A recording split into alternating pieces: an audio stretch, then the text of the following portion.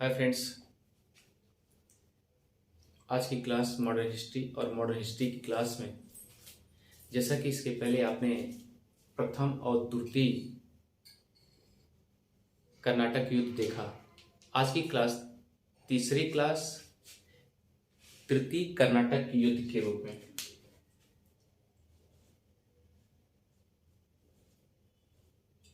तृतीय कर्नाटक युद्ध। तृतीय कर्नाटक युद्ध 1756 से लेकर के 1763 तक चलता है। क्लियर? अब देखिए फ्रेंड्स, 1756, 57, 58, 59, 60,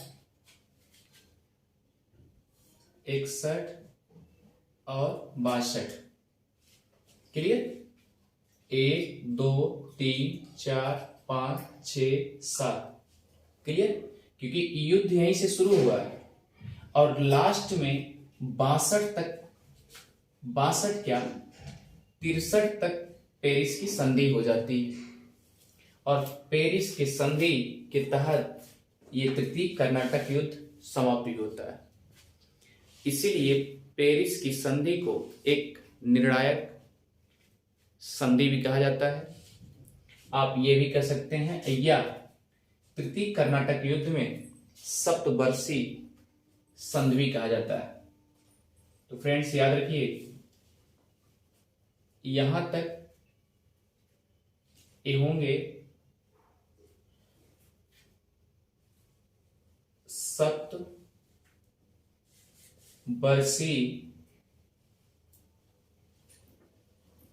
कर्नाटक युद्ध। जैसा कि आप जानते हैं 1763 में इसमें पेरिस की संधि होती है।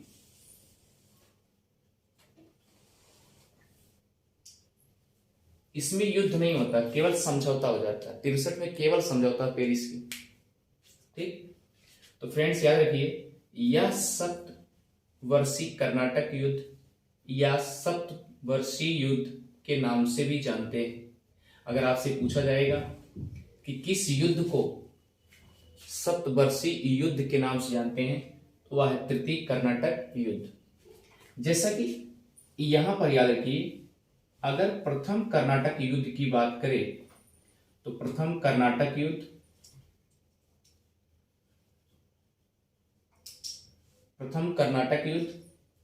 फ्रेंड्स याद रखिए 1746 से लेकर के 1748 तक चलता है। क्लियर? और द्वितीय कर्नाटक युद्ध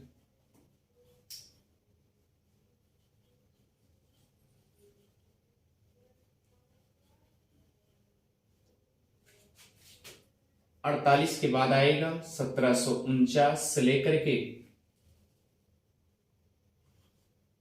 1754 तक।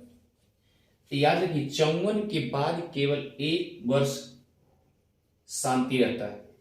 1755 यानी आप कह लीजिए इसमें पांडिचेरी की संधि।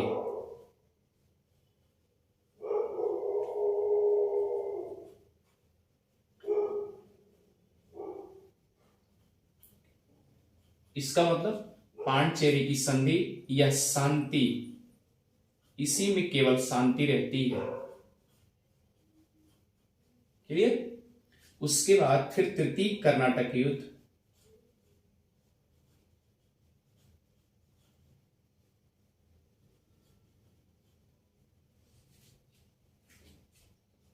सत्रह छप्पन से लेकर के 63 तक, या आप कह लीजिए 62 तक सप्तवर्षीय चलती है। सप्तवर्षीय युद्ध यानी 7 वर्ष तक यह युद्ध चलता है। और फ्रेंड्स याद रखिए, 63 में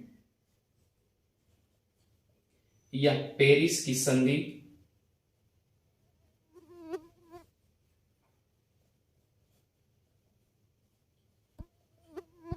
के साथ फ्रांस और ब्रिटेन के बीच समझौता हो जाता है।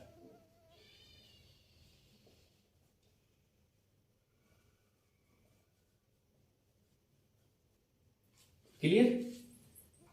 तो फ्रेंड्स याद रखिए, यह तीनों युद्ध, प्रथम द्वितीय तृतीय, याद रखिए भारत के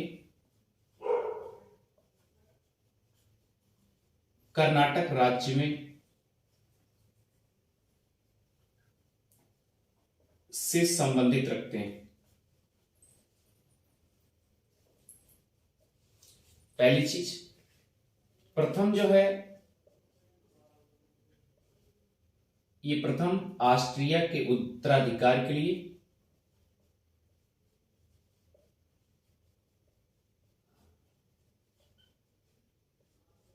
क्लियर? और यह तृतीय भी याद रखिए, जैसा कि प्रास देश, जिसे आज वर्तमान में,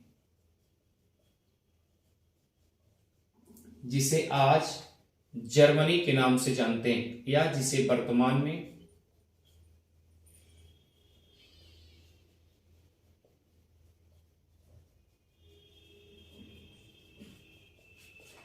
जर्मनी के नाम से जानते हैं, प्रास देश। क्लियर? इतनी बातें अच्छे से समझ में आ गई होगी। अगर आपसे कभी भी पूछा जाएगा कि इन तीनों कर्नाटक युद्ध में पूर्णतया स्पेशल भारत के लिए हुआ है, तो याद रखिए फ्रेंड्स, यह जो है पूर्णतया भारत के कर्नाटक और हैदराबाद के उत्तराधिकार के लिए हुआ है।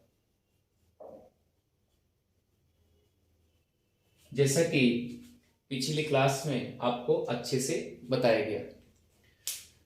तो फ्रेंड्स याद रखिए, यह तृतीय कर्नाटक युद्ध जो होता है वह केवल सप्तवर्षीय युद्ध है। और फ्रेंड्स याद रखिए, 1756 में यह स्टार्टिंग रहता है, लेकिन कहां? फ्रांस और ब्रिटेन में। आप ये कह लीजिए यूरोपीय कंट्री में 1756 में यह युद्ध स्टार्ट रहता है। तो इरेज करके एक बार आगे बढ़ते हैं।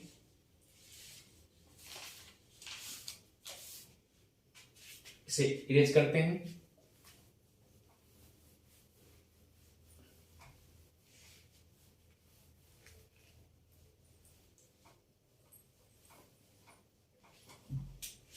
तो यह 1756 से लेकर के 63 तक सप्तवर्षीय, इसे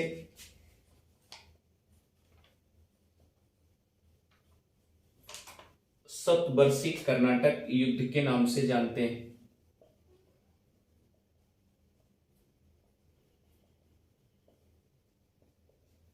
क्लियर? तो फ्रेंड्स याद रखिएगा, जैसा कि आप जानते हैं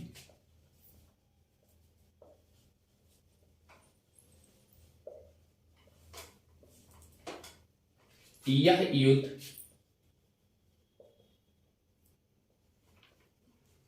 युद्ध यूरोप में लड़ा जा रहा था।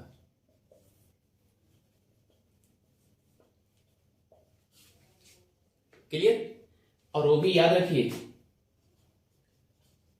ऑस्ट्रिया की तरफ फ्रांस था। क्लियर? ऑस्ट्रिया की तरफ फ्रांस था, तो जर्मनी की प्रास की तरफ कौन रहा होगा? ब्रिटेन। तो जिसे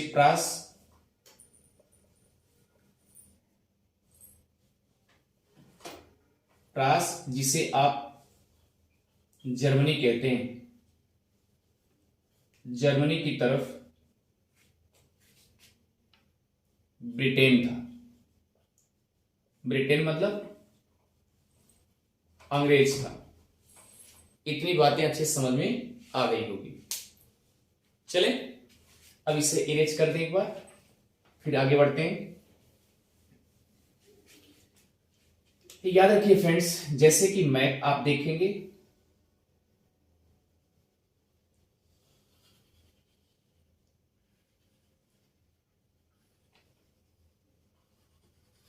ये आपका मैप है। क्लियर? ये आपका मैप है और ये आपका यूरोपीय कंट्रीज है। यहां पर आपको मिलेंगे फ्रांस, फ्रांस की राजधानी पेरिस। क्लियर? और आपको यहां मिलेगा ब्रिटेन, ब्रिटेन की राजधानी लंदन, और यहां ऑस्ट्रिया है, और यहां जर्मनी। तो जर्मनी की तरफ कौन है? ब्रिटेन है। क्लियर? और ये ऑस्ट्रिया की तरफ ये जर्मनी है और ये आपका ऑस्ट्रिया है। क्लियर? तो याद रखिए इसकी तरफ कौन है? फ्रांस है। तृतीय युद्ध में भी केवल स्पेशल आप इतना जानिए कि यहां पर स्पेशल रूप से उत्तराधिकार के लिए वर्चस्व, मतलब कि ये सोच रहे हैं कि हम कौन, मतलब वो चाह रहे हैं कि यूरोप में हमारा वर्चस्व रहे। जर्मनी में दबदबा कौन बनाना चाहता है? ब्रिटेन। और ऑस्ट्रियन कौन बनाना चाहता है? फ्रांस। ये दोनों आपस में लड़ाई, जंग शुरू है। क्योंकि इसके पहले भी आपने देखा कि प्रथम कर्नाटक युद्ध जब हुआ था और द्वितीय कर्नाटक युद्ध हुआ था, उसमें भी फ्रांस और ब्रिटेन एक दूसरे के विपक्षी थे। हमेशा लड़ाई के लिए उत्तेजित रहा करते थे कि हम किसी तरीके से हम बढ़ चढ़ के हिस्सा लें, और बढ़ चढ़ के हिस्सा लेने के साथ साथ एक दूसरे को नीचा भी दिखाना चाहते थे। अंग्रेज भी सोच रहा था कि फ्रांस को हम नीचे कर दें, और फ्रांस भी सोच रहा था कि हम अंग्रेज को नीचे कर दें। क्लियर? तो ये बातें समझ में आ गई होगी। तो याद रखिए फ्रेंड, जैसा कि आप जानते हैं 1756 में जब यह युद्ध शुरू होता है तो पहले भारत नहीं पहुंच जाता। पहले ये ब्रिटेन और फ्रांस में लड़ाई शुरू होती खूब, मतलब यूरोप कंट्री में, यह यूरोप में 1756 में यह युद्ध का घमासान सबसे ज्यादा चलता है। 1756 में यूरोप में, याद रखिए फ्रेंड्स कि ये दोनों आपस में घमासान खूब करते हैं। इसके पहले खूब चली है कि हमारा वर्चस्व इस पे रहेगा, और ये सोच रहा है वर्चस्व हमारा इस पे रहेगा। एक दूसरे विपक्षी पहले से भी रहे हैं। तो फ्रेंड्स ये बात धीरे धीरे पहले ब्रिटेन में और ये यूरोप कंट्री में, फ्रांस में, ये सब चल रही है। धीरे धीरे ये बात कहां चली आई? जैसा कि आप जानते हैं मद्रास, यानी कि भारत। सबसे पहले भारत आई। ये बात जब भारत आती है तो उस समय जो सन चलता है उसका नाम है 1758, यानी 1758 यहां पर चलता है। ये बात भारत पहले यहां पर थी, यूरोपीय कंट्री में, यहां वर्चस्व चल रहा था, लेकिन धीरे धीरे ये बात फैल गई कहां पे? भारत में आ गई। अब भैया भारत में जब आ जाएगी तो इसका मतलब धीरे धीरे क्या होगा? भारत में जज्बा जमाने का प्रयास करेंगे। ठीक है? जैसा कि आप जानते हैं ये मद्रास है और मद्रास में अंग्रेजों का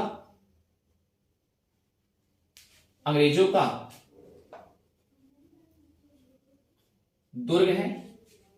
जैसा कि आप जानते हैं सेंट जॉर्ज फोर्ट। क्लियर?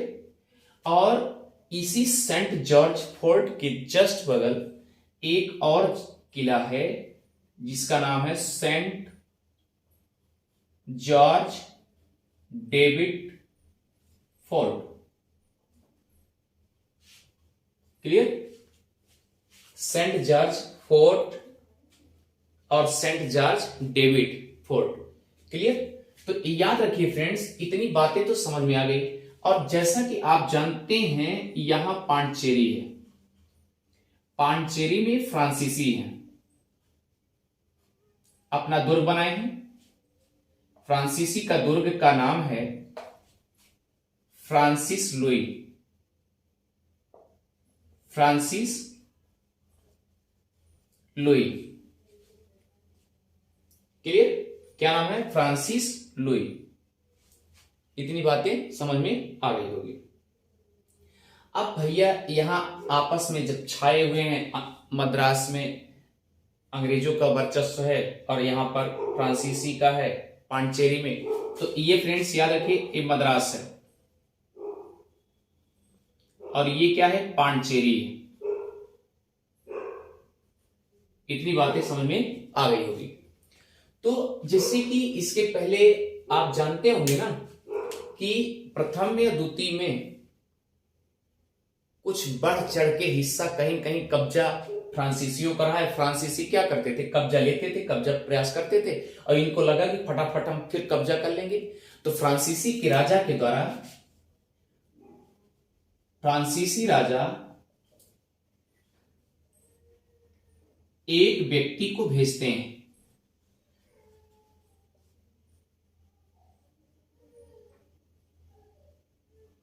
एक व्यक्ति को भेजते हैं, वह भी जनरल के रूप में भेजते हैं। तो फ्रेंड्स वह व्यक्ति कौन था? याद रखिए, काउंटर डी लाली,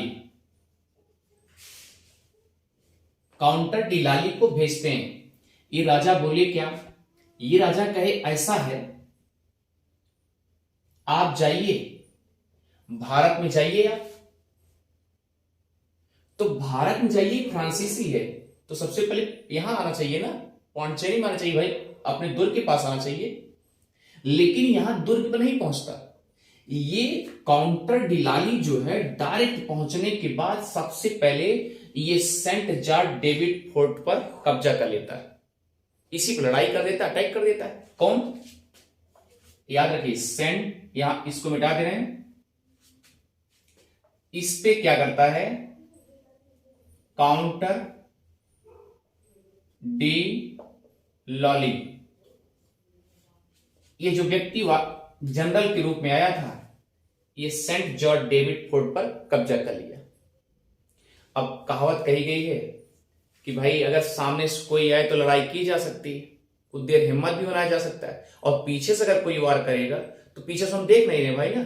तो सेम कंडीशन मद्रास में ये सेंट जॉर्ज डेविड फोर्ट पर, याद रखिए सेंट जॉर्ज फोर्ट पर नहीं, मैं यहां बता रहा हूं सेंट जॉर्ज डेविड फोर्ट पर इन्होंने काउंटर डिलॉली जो है ये आके धीरे से कब्जा कर लिया। यहां तो विजय मिल गई। अब काउंटर डिलॉली जब ये सेंट जॉर्ज डेविड फोर्ट को कब्जा कर लेता है तो खुशी से मग्न हो गया ना, हम तो जो चाहेंगे वही होगा। तो इसके मन में क्या हुआ? तो फ्रेंड्स याद रखिएगा, और यह कब्जा कब करता है? 1758 ईस्वी में। क्लियर?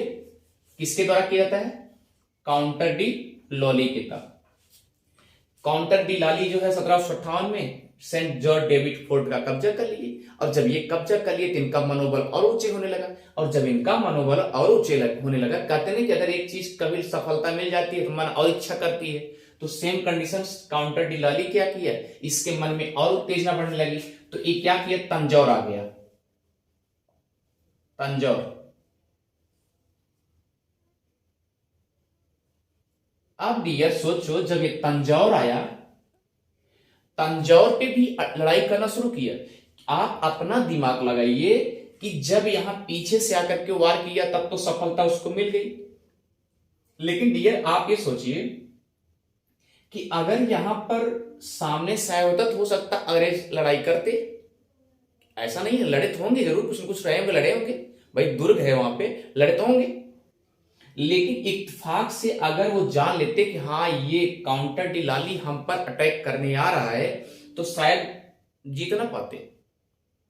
लेकिन किसी कारणवश काउंटर डी लॉली जीत भी गए तो इनको मनोबल बढ़ गया, और मनोबल बढ़ गया तो ये पहुंचा तंजौर, अब ये भैया तो अंग्रेज अलर्ट हो गए ना, तो तंजौर वाले क्या करेंगे, तंजौर में भी अंग्रेज सेना क्या करेगी, मुंह तोड़ जवाब देगी। तो फ्रेंड्स याद रखिए, तंजौर में, यहां लिखेंगे तंजौर में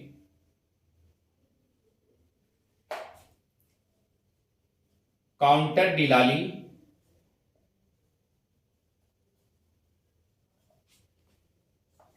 की हार हो गई। इतनी बातें समझ में आ गई होगी, क्लियर। अब देखिए, अब तो अंग्रेज गुस्सा गए, अंग्रेज लोग चाहे कि ये तो गजब हो रहा है, इस तरीके से होना नहीं चाहिए।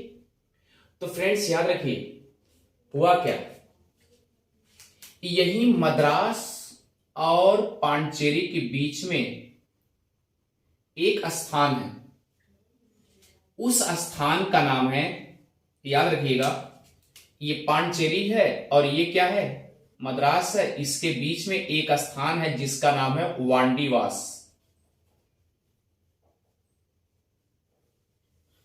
क्या नाम है, वांडीवास। तो फ्रेंड्स याद रखिए, यहां पर इधर अंग्रेजी सेना, यहां भी अंग्रेजी सेना या फ्रांसीसी सेना और अंग्रेजी सेना दोनों आमने सामने खड़ी है। तो याद रखिएगा, उस समय क्या हुआ, वांडीवास स्थान पे सेना खड़ी है, ठीक। तो अगर आपसे कभी भी पूछा जाए कि वांडीवास का युद्ध किसके किसके बीच हुआ है, तो फ्रेंड्स याद रखिएगा, वांडीवास का युद्ध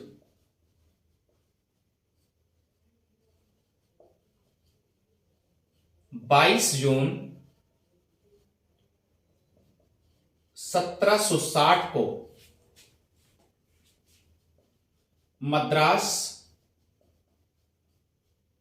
मद्रास और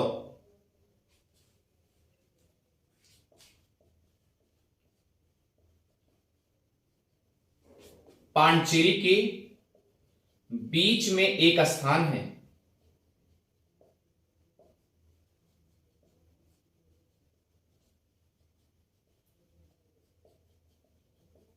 जिसका नाम है वांडीवास।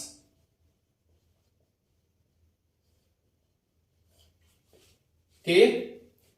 तो किसके किसके बीच लड़ा गया, अंग्रेज के साथ, किस किस के बीच, अंग्रेज और फ्रांस के बीच ये लड़ा गया। लेकिन लड़ने का कंडीशन, अगर मान लीजिए इधर से काउंटर डी लाली है तो उधर से भी कोई होगा। तो याद रखिए फ्रेंड, जब काउंटर डी लाली इस पे अटैक करता है तब अंग्रेज एकदम खिलाफत में आ जाते हैं। तो उस समय अंग्रेज की तरफ से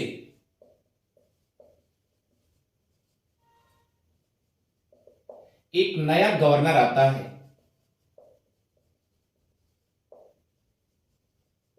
एक नया गवर्नर आया जिसका नाम है सर आयर कोट।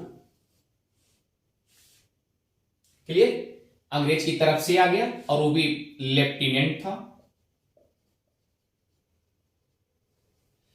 क्लियर। कौन आया, सर आयर कोट।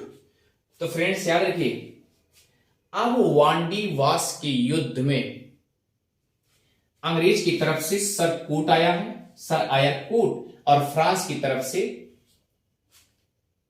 काउंटर डी लाली। तो यहां पर जबरदस्त घमासान होता है, कहां पर, वांडीवास के युद्ध में, जिसमें फ्रांसीसियों की हार हो जाती है, फ्रांसीसी हार गए। इतनी बातें समझ में आ गई। क्लियर। अब भैया अगर फ्रांसीसी हार गए तो आपको ये पता होगा कि क्या होने जा रहा है। तो उसी समय, उसी दौरान 60 की ये घटना हुई।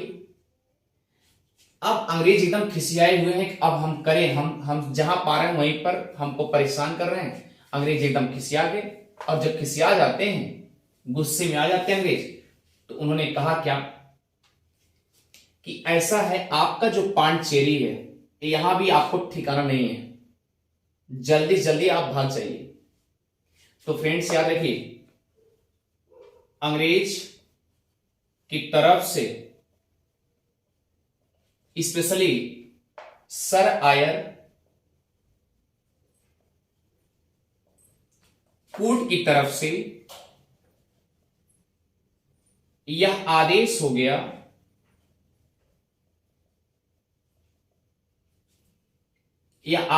गया कि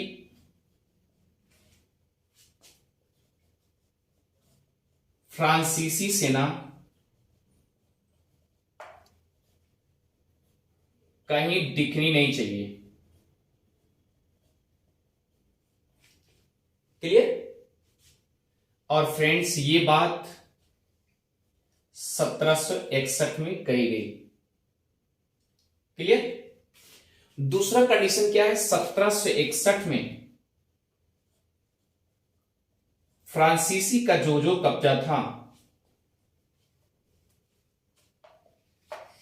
जैसे चंद्रनगर, बंगाल में चंद्रनगर, क्योंकि याद होगा कि फ्रांसीसियों को चंद्रनगर ही मिल पाया था, वहीं पर अपनी कोठी बनाए थे, क्योंकि कासिम बाजार, चिंसुरा वहां पर क्या थे, डच और अंग्रेज छाए थे, इसलिए वहां नहीं मिल पाया था। तो कासिम बाजार और चिंसुरा को छोड़ करके उनको चंद्रनगर ही स्थान मिला था। तो फ्रांसीसी का चंद्रनगर, माही और कराईकल और पांडिचेरी सब जगह से भी भगा दिए गए, सब जगह से फ्रांसीसी सेना को भगा दिया गया।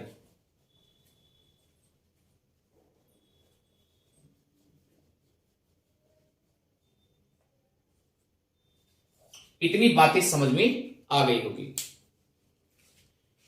अब फ्रेंड्स, जैसा ये घटना क्या रहा 1761 में, उस समय आप जानते होंगे कि ये बात फ्रांस और ब्रिटेन में जाएगी। तो दोनों राजा बोले कि ऐसा है, आइए समझौता करा दिया जाए। भाई क्या करना चाह रहे हैं? क्योंकि उस समय ये बातें थी कि जब वहां सेना नहीं दिखनी चाहिए, तो उन्होंने क्या आदेश किया था, अगर सेना नहीं दिखनी चाहिए तो इसका मतलब, सेना अगर दिखे तो इसका मतलब लड़ाई राजनीतिक तौर से करना चाह रहे हैं, कब्जा करना चाह रहे हैं। अगर आपके पास सेना नहीं रहेगी तो भाई आइए, आप रहिए, अतिथि देवो भव, घर में आइए, स्वागत है आपका, जहां जहां कब्जा वहां पर रहिए। लेकिन सेना क्यों खड़ी की है? इसका मतलब हर जगह अटैक करने के मूड में है। अब आपकी सेना नहीं रहेगी।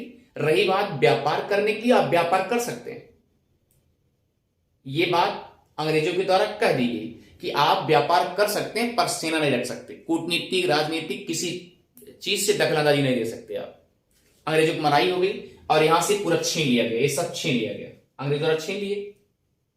हुआ क्या, फिर दोनों राजा मिल करके फ्रांस में आते हैं, सॉरी ये दोनों गवर्नर बन के जो आए थे, ये यहां पर आते हैं। यहां पर दोनों राजा ब्रिटेन के और यहां पर दोनों कलेक्टेड साथ होकर के क्या करते हैं, पेरिस की संधि करते हैं। पेरिस की संधि होती है, अर्थात वह जो पेरिस की संधि होती है 1763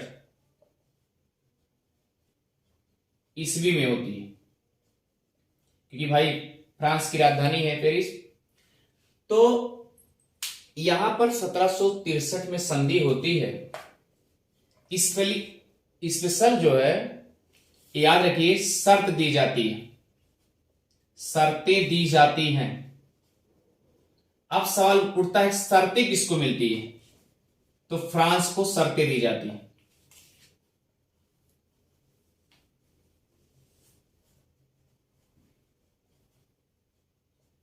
फ्रांस को शर्तें दी जाती है। अब देखिए, ये 1763 की जो पेरिस की संधि थी, फ्रांस को क्या क्या शर्तें दी गई। पहली शर्त थी कि आपको एक शर्त पे, इस पेरिस संधि की शर्त पे, आपको जो जो प्लेस हैं आपके, अर्थात पांडिचेरी आपको स्पेशल रूप से मिल जा रही है। लेकिन एक ध्यान दीजिएगा कि वहां पर सेना नहीं होनी चाहिए। पहली शर्त, पांडिचेरी आपको वापस दे दी जा रही है, पर सेना नहीं रहनी चाहिए, पर सेना नहीं रहनी चाहिए। क्लियर? और दूसरी शर्त क्या थी? अगर आप व्यापार करना चाहते हैं, अगर आप व्यापार करना चाहते हैं तो व्यापार करिए, और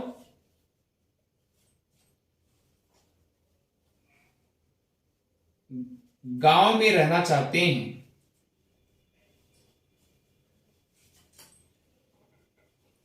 तो आकर रहिए,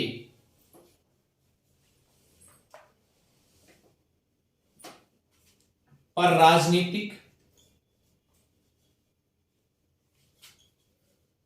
कूटनीतिक ये हमको पसंद नहीं है, और आप करने भी नहीं पाएंगे।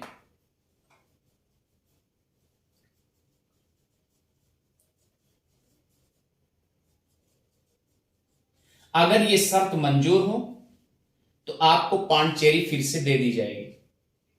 तो फ्रांस कहा ठीक है, मंजूर है, और लास्ट में ये भी कह दिए सेना आपकी नहीं रहेगी, जितने भी प्लेस हैं सेना नहीं रहेगी। क्योंकि आपको याद होगा द्वितीय कर्नाटक में डुप्ले खुरापाती कर रहा था, सबसे ज्यादा कर रहा था कि नहीं कर रहा था? तो डुप्ले खुरापाती कर रहा था, इसलिए ये बता दिए भाई जहां इनके पास सेना रहेगी, जहां जरा सा मौका पाएंगे तुरंत अटैक करेंगे, परेशान करेंगे।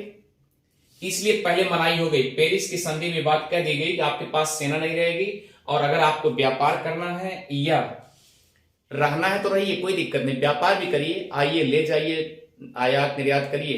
लेकिन ऐसा नहीं है कि आप कूटनीतिक राजनीति करते करते यहां पर जमीन को जज्बा देने के लिए, कब्जा करने के लिए, परेशान करने के लिए, ये सब ऐसा कुछ नहीं कर पाएंगे आप।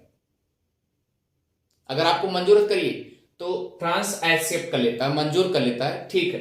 इसी शर्त के अकॉर्डिंग पांडिचेरी भी, याद रखना, फिर मिल जाती है इसको। पांडिचेरी फिर से मिल जाती है फ्रांसीसी को। पांडिचेरी फिर से मिल गई फ्रांसीसी को। और फ्रेंड्स याद रखिएगा,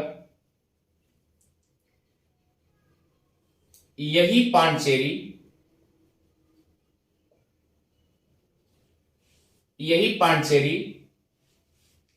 भारत आजाद होने के बाद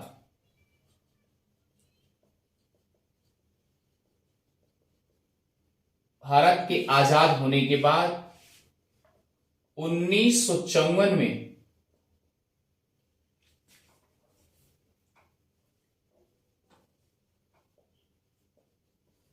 पांडिचेरी को